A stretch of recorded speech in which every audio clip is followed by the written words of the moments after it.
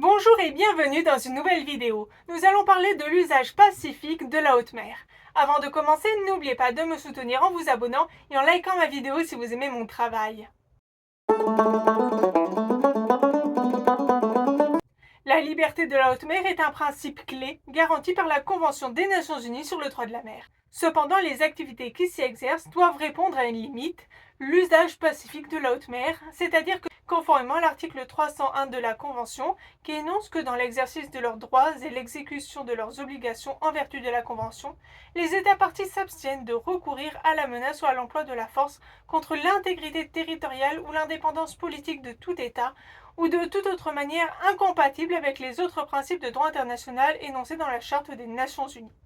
Les exercices militaires en haute mer sont autorisés tant que les libertés de la haute mer ne sont pas compromises. Chaque État exerce ses libertés en tenant dûment compte de l'intérêt que présente l'exercice de la liberté de la haute mer pour les autres États, ainsi que les droits reconnus par la Convention concernant les autres activités menées dans la zone, article 87, paragraphe 2 de la Convention. Le recours à la force armée est strictement encadré et doit être proportionné et nécessaire afin d'être utilisé soit dans un cadre de légitime défense, soit dans un cadre de sécurité collective.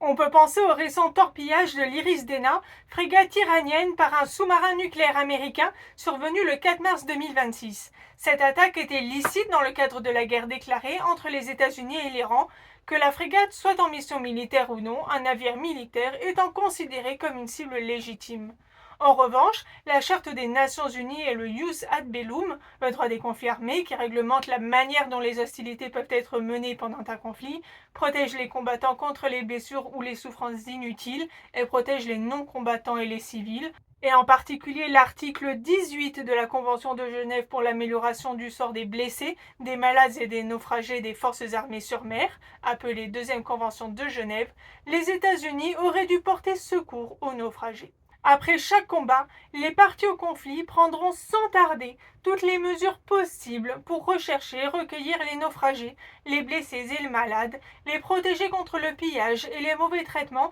et leur assurer les soins nécessaires. Toutes les fois que les circonstances le permettront, les parties au conflit concluront des arrangements locaux pour l'évacuation par mer des blessés et malades d'une zone assiégée ou encerclée et pour le passage de personnel sanitaire et religieux et de matériel sanitaire à destination de cette zone. L'obligation générale de secours en mer fait par ailleurs l'objet de la Convention SOLAS, Safety of Life at Sea.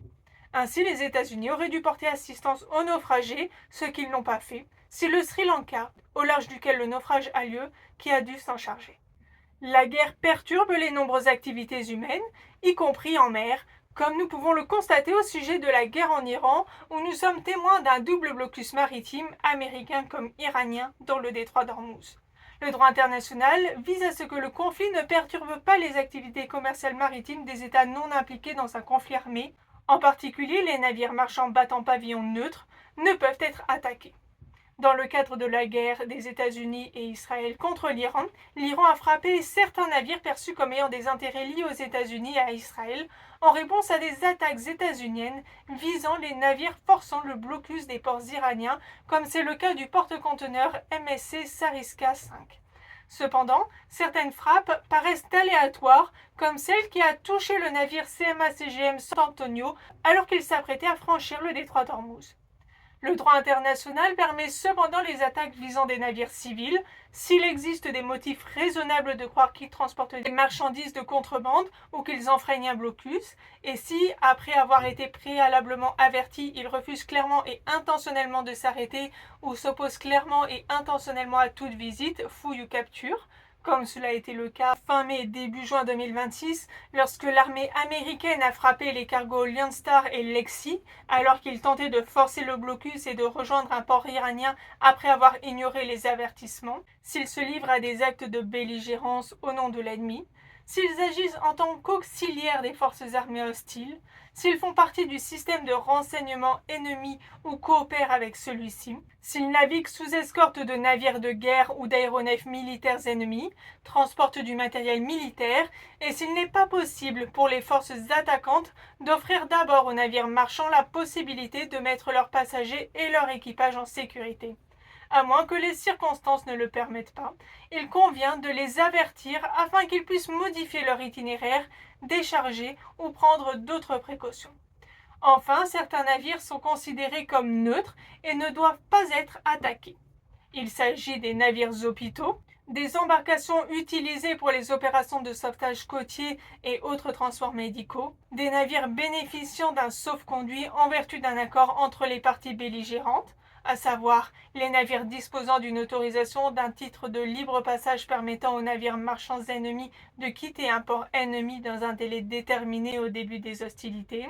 les navires de convoi, par exemple les navires désignés pour le transport de prisonniers de guerre et affectés à cette tâche, ou encore les navires engagés dans des missions humanitaires. Pour reprendre la liste des navires considérés comme neutres et ne devant pas être attaqués, on retrouve encore les navires affectés au transport de biens culturels bénéficiant d'une protection spéciale, les navires à passagers lorsqu'ils ne transportent que des passagers civils,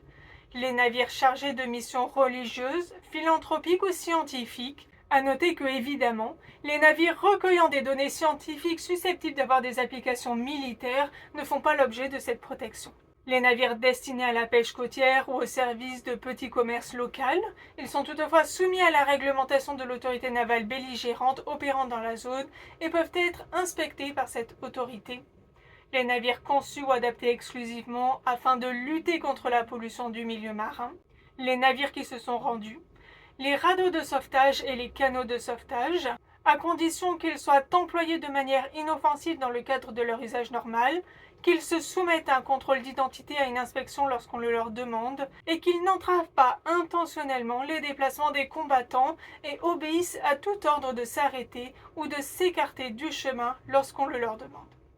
Les Nations Unies utilisent ainsi le droit comme un outil de civilisation destiné à éviter les dérives liées aux conflits armés. Malheureusement, on constate très souvent en pratique des violations, tirs perdus, mines à la dérive, etc., qui peuvent toucher n'importe quel navire, comme cela a été le cas avec le pétrolier Olympic Life, attaqué le 26 mai 2026. Revenons à notre convention. Comment ne pas évoquer la zone, cet espace qui inclut le sol et le sous-sol des zones situées au-delà des juridictions nationales, autrement dit de la haute mer.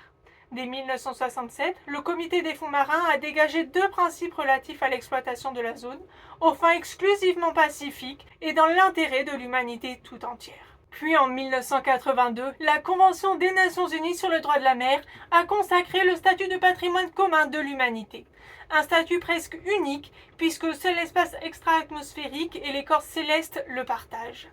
Ainsi, l'article 141 prévoit que la zone est ouverte à l'utilisation à des fins exclusivement pacifiques par tous les États, qu'il s'agisse d'États côtiers ou sans littoral, sans discrimination et sans préjudice des autres dispositions de la présente partie.